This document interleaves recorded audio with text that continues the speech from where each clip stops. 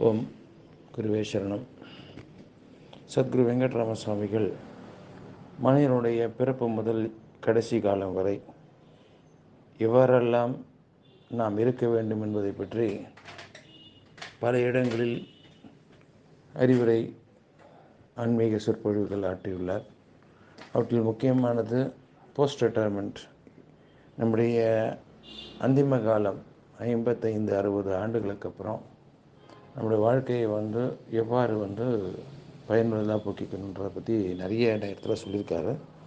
அதில் முக்கியமாக பார்த்திங்கன்னா, உடல் நல்ல தகுதி இருக்கும்பொழுதே, இளைஞனாக இருக்கும்பொழுதே, சிறு வயது முதற்கொண்டே இறை தொண்டுகளை செய்யணும் அப்படிம்பார்.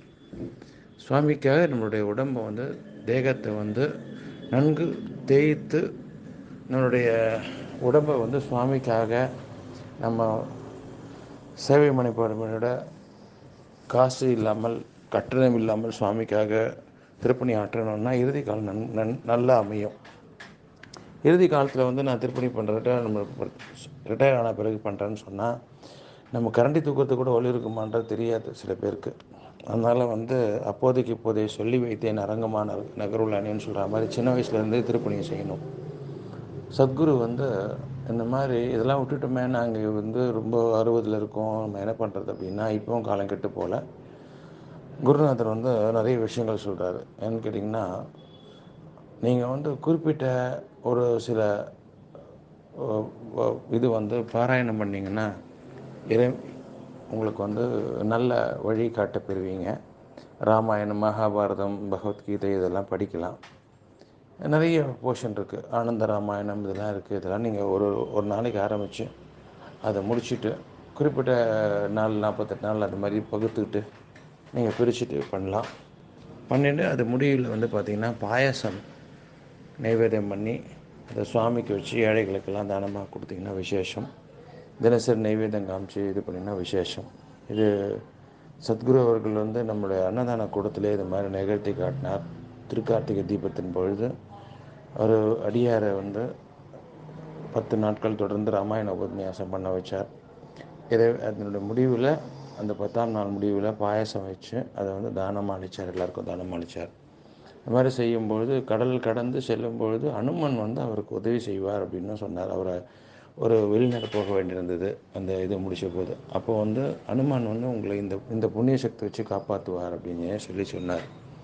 அந்த மாதிரி அனுபூதிகள்லாம் சுவாமிகிட்டேருந்து பெற்றவங்க பல பேர் இருக்காங்க. குறிப்பாக பார்த்திங்கன்னா, இப்போ நம்ம டாபிக் இறுதி காலம் இனிமையாக கழியறதுக்கு, சண்டை சச்சரவு இல்லாமல் தனிமையில் இருப்பாங்க நிறைய பேர். வெளிநாடுகளில் குழந்தைகள் இருப்பாங்க, பிள்ளைகள் இருப்பாங்க, பெண் இருப்பாங்க. ஆனால் அவங்க பார்த்துக்கிறதுக்கு முடியாது, இவங்க தனியாக இருக்கிறாங்க அப்படின்னு சொன்னால் அவங்க கடைசி அந்திம காலம் எந்த விதமான எதிர்பார்ப்பும் இல்லாமல் நம்முடைய காலம் கழியணும் அப்படின்னு சொன்னால் முக்கியமான விஷயம், சுவாமிகள் ஒரு ஸ்தலம் சொல்லியிருக்காரு. எல்லாருக்கும் தெரிஞ்ச ஸ்தலம்தான். மதுரை எம்பதியில் சொக்கநாதருடைய மீனாட்சிதருடைய ஆளுமையில் இருக்கக்கூடிய மதுரை திருக்கோயிலில் வந்தியடிகள் அம்மான் இருக்காங்க. அந்த வந்தியடிகள் அம்மாவுடைய தரிசனம் கடைசி காலத்தில் நிம்மதியாக கழிக்க உதவக்கூடியது. ஏன்னா நம்மளுடைய குழந்தைகளை ரொம்ப கஷ்டப்பட்டு படிக்க வைக்கிறோம். அவங்க படித்து முடித்தோடனே வெளிநாடு போய் செட்டில் ஆகிடுறாங்க. வெளிநாடு செட்டில் ஆகிட்டு இவங்க அம்போன்னு விட்டு போயிடுறாங்க. அது ரொம்ப ஒரு தவறான விஷயம். நம்மளுடைய மிக நெருங்கிய ஒரு நண்பர் குருநாதரை பார்க்கக்கூடிய ஒரு சந்தர்ப்பம் கிடைச்ச போது குருநாதருடைய இதில் அட்வைஸ் கேட்டார். சுவாமிகிட்ட கேட்பாங்க, இந்த மாதிரி நாங்கள் சின்ன சின்ன பிரச்சனைகளுக்கு சொல்யூஷன் பார்ப்போம் கேட்டாங்க. சுவாமிகிட்ட கேட்டாங்க, நான் அம்மா அப்பாவை பார்த்துக்க முடியல, அவங்கள அனாதை ஆசிரமத்தில் சேர்த்திடலாமா இல்லை முதியோர் காப்பகத்தில் சேர்க்கலாமா? சுவாமி சட்னி யோசிக்கவே இல்லை, நோ அப்படின்ட்டார். அவங்க மனசில் இருக்கிற திருப்பி கேட்குறாங்க, சுவாமிகள்கிட்ட எப்படியாவது பதில் வாங்கணும்னு கேட்குறாங்க. என்னுடைய அப்பா அம்மாவை சேர்த்துடலாமா? ப்ராக்டிக்கல் டிஃபிகல்ட்லாம் சொல்கிறாங்க. நான் இது மாதிரி கஷ்டப்படுறேன், இது மாதிரி கஷ்டம் பார்த்துக்க முடியாது. ஃபார்மாக சொல்லிட்டாரு, முடியாது, நீங்கள் தான் கடைசி வரைக்கும் வச்சு காப்பாற்றணும். அந்திம காலத்தில் அப்பா அம்மாவை காப்பாற்றுறதுல உங்களுக்கு என்ன சார் பொறுப்பு இருக்குது, கடமை இருக்குது? 2ஆம் பட்சம் தான் அம்மா அப்பாவை காப்பாற்றணுன்னு ரொம்ப தெளிவாக சொல்லிட்டார். எந்த விதமான செகண்ட் தாட்டும் இல்லை, யோசிக்கலை, எதுவுமே இல்லை. அதனால் அம்மா அப்பாவை காப்பாற்ற ஒவ்வொரு குழந்தைகளுடைய கடமை. குருநாதர் சொல்லும்போது குழந்தைங்க மேலே அன்பு செலுத்துங்க, பாசம் வைக்காதீங்க அப்படின்னு சொல்லுவார்.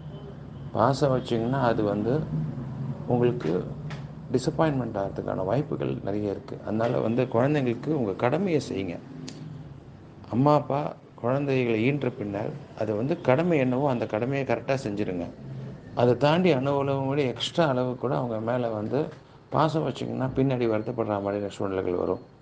அதனால் கர்ம வினை தான் ஒரு பிறப்பெடுக்க வைக்கிறது. கர்ம வினை தான் பந்தங்களை, சொந்த பந்தங்களை உருவாக்குறது. அம்மா அப்பா பிள்ளை பெண்ணுன்னு உருவாக்குறது. அதனால் அந்த கர்மாவை கழிக்கிறதுக்காக அவங்களும் பிறந்திருக்காங்க, நம்மளும் பிறப்பெடுத்திருக்கோம். அவங்களுக்கு இந்த ஜென்ம பிராப்தி கொடுத்ததோட நம்மளுடைய இது வந்து அவங்கள வளர்த்து ஆளாக்குறதோட நம்ம வேலை பாக்கி முடியறது. திருமணம் பண்ணி முடித்த பிறகு இன்னும் மேலும் மேலும் மேலும் அவங்கள வந்து பந்தம் வச்சுட்டு நம்ம நற்கதி அடையிறதுக்கு ஒருத்தர முயற்சி செய்யாமல் அவங்கள மட்டும் போஷிச்சுட்டு இருக்கிறது பார்த்திங்கன்னா ஒரு என்ன சொல்கிறதுன்னு கேட்டால் பந்த பாசத்துக்கு இன்னும் பாதாளமாக குழியில் போய் இறங்கிறதுக்கான வழிவகுச்சிடும். மீண்டும் மீண்டும் பிறப்பெடுக்க வேண்டியிருக்கும். ஆசை எருமின் ஆசை எருமின் அப்படின்னு ஒரு இதுவே இருக்குது. அதனால் குழந்தைகள் மேலே பந்த பாசம் வைக்காமல் ஒரு லெவலுக்கு மேலே போச்சுன்னா ஈஸ்வரனுடைய பாதாரவங்களில் சேரணும்னு சொல்லிட்டு இது பண்ணலாம். ஸோ மதுரை எம்பதியில் இருக்கக்கூடிய இந்த வந்தியடிகளை போய் தரிசனம் பண்ணி வந்தீங்கன்னா அந்திம காலம் நம்மளுக்கு ஆதரவாக இருக்கிறதுக்கு வழி செய்யும். அதே மாதிரி பார்த்திங்கன்னா ஜடாயு மோட்சம்னு ஒரு பகுதி இருக்குது ராமாயணத்தில்.